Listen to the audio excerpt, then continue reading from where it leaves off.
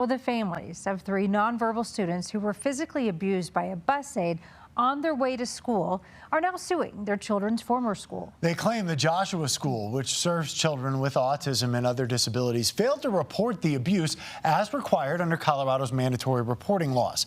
Your investigator, Karen Morfitt, takes a closer look at the complaint and why one mother says more accountability is needed. We do want to warn you, this report does include some disturbing video.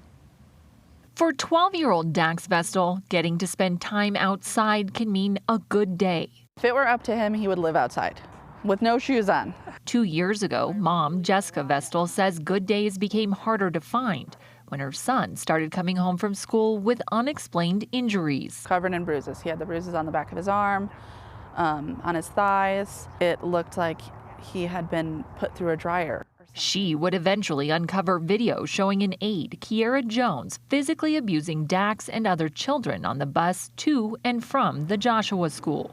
The discovery led to criminal charges and eventually a guilty plea from Jones.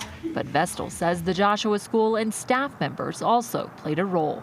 TJS is who we communicated with daily. A new lawsuit filed by the Vestal family and 2 other victims allege the Joshua School failed to properly report concerns of abuse as required, instead attempting to do their own investigation. The complaint says that staff told parents injuries were the result of self-injury behavior, while also exchanging internal messages, acknowledging that was likely not the case, with one staff member saying, quote, "I mean, that's definitely from someone grabbing him." It is their job legally to report any suspected or unusual injuries, and they did not do that. And that is a huge failure. In Colorado, teachers are mandatory reporters. People have 2 options. They call that into the state's child abuse hotline, or they can call law enforcement. Stephanie Villafuerte is Colorado's child protection ombudsman. She says in September, the law changed to make it less confusing for mandatory reporters,